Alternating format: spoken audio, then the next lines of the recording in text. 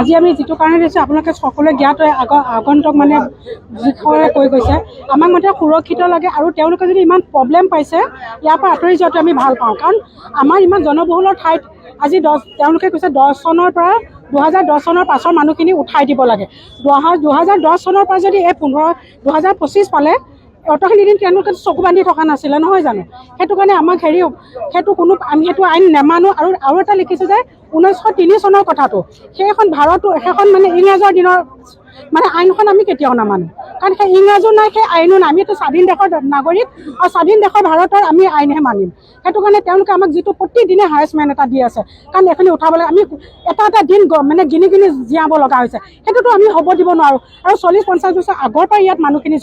মানে বসবাস কৰি আছে সেইকাৰণে আমাৰ মানে অতি সদায় মানে আতংকতে আমি জীয়াই আছোঁ সেইকাৰণে তেওঁলোকে যদি আমাৰ পৰা কিবা অসুবিধা পাইছে আঁতৰি যাওক কাৰণ তেওঁলোকৰ পৰা আমাৰ একো বেনিফিট হোৱা নাই আৰু আমাৰ পৰাহে তেওঁলোকৰ বেনিফিট হৈ আছে সেইকাৰণে আৰু এটা কথা তেওঁলোকে কৈছে চব ভাঙিব ঠিক আছে সেইখিনি যদি 900 মিটাৰ আইনৰ ভিতৰত পৰে তেনেহ'লে ডিমৰীয়াখনো ভাঙি দেখাওক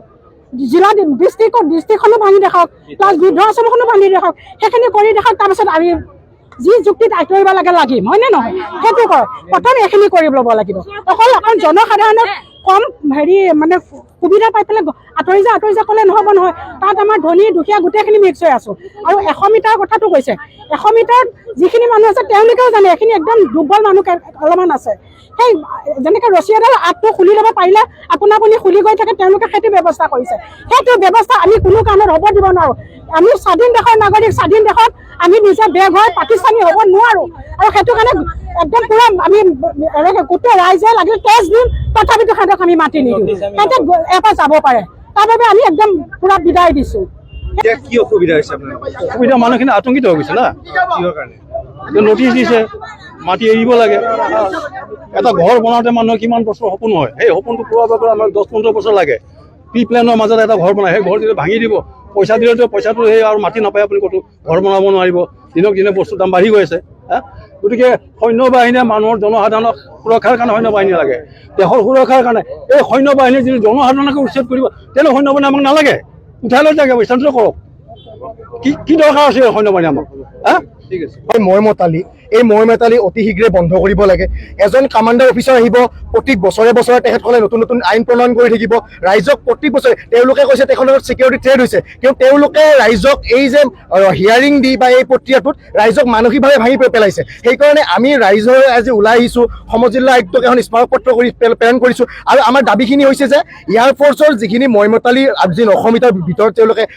ঘৰ বনাব নোৱাৰে এডাল গছ ৰুব নোৱাৰে এই মৰমতালি নচলিব কাৰণ ডিমৰীয়াবাসী ৰাইজে এয়াৰফ'ৰ্চটো ইয়াত সংস্থাপন দিছে বা ইয়াত ডিমৰীয়াবাসী ৰাইজ আগতে আছে কিন্তু আজি তেওঁলোকে আহি এটা ৰাইজে আকলি লোৱা বস্তুত তাৰপিছত তেওঁলোকে সেই ৰাইজক তেওঁলোকে ইয়াত থকাৰ বাধা সৃষ্টি কৰিব এয়া কেতিয়াও ৰাইজে মানি নলয় এই সিদ্ধান্ত অতি শীঘ্ৰেই মানে আপোনাৰ বাতিল কৰিব লাগে আৰু আমি প্ৰশাসনক আজি আমি দাবী উত্থাপন কৰিছোঁ যে যি হিয়াৰিং কৰি কিনে তেওঁলোকে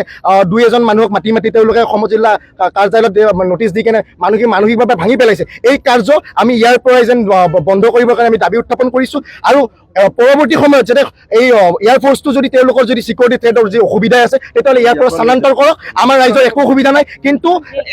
আমাৰ সমগ্ৰ ডিমৰীয়া ৰাইজৰ কাৰণে তেওঁলোকে এই এটা এয়াৰফ'ৰ্চৰ এটা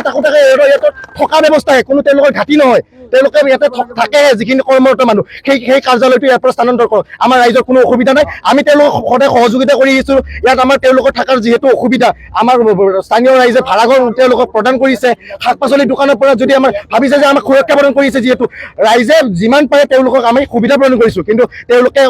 ৰাইজৰ গোটেইখিনি মতামত তেওঁলোক নলয় তেওঁলোকে ৰাইজৰ বিপক্ষে আহি তেওঁলোকে আজি তেওঁলোকৰ মতামত দিছে সেইকাৰণে আমি এই গোটেই প্ৰক্ৰিয়াটো আমি অতি শীঘ্ৰে বাতিল কৰিবৰ কাৰণে আমি দাবী উত্থাপন কৰিছোঁ 4জন-5জন সেনেকৈ মাতি পেলাই সমজিলা অফিচত মাতি পেলাই তেওঁলোকক মানে শুনালি লৈছে আমি সেইটো মানে মানি নলওঁ গতিকে মাতে যদি আমাক গোটেই ৰাইজকে মাতক আৰু এই ইমানখিনি এৰিয়া লৈছে এই এৰিয়াখিনি গোটেইখিনি মানে আজি হিন্দু হওক মুছলিম হওক ট্ৰাইবেল নন ট্ৰাইবেল চব মানে এইখিনি মানে একদম আপুৰুগীয়া বহুত দিনৰ আমাৰ ককা আইতা দিনৰ পৰা হয় এইবিলাক মানে উচ্ছেদ হ'ব নালাগে এইখিনি আমি আজি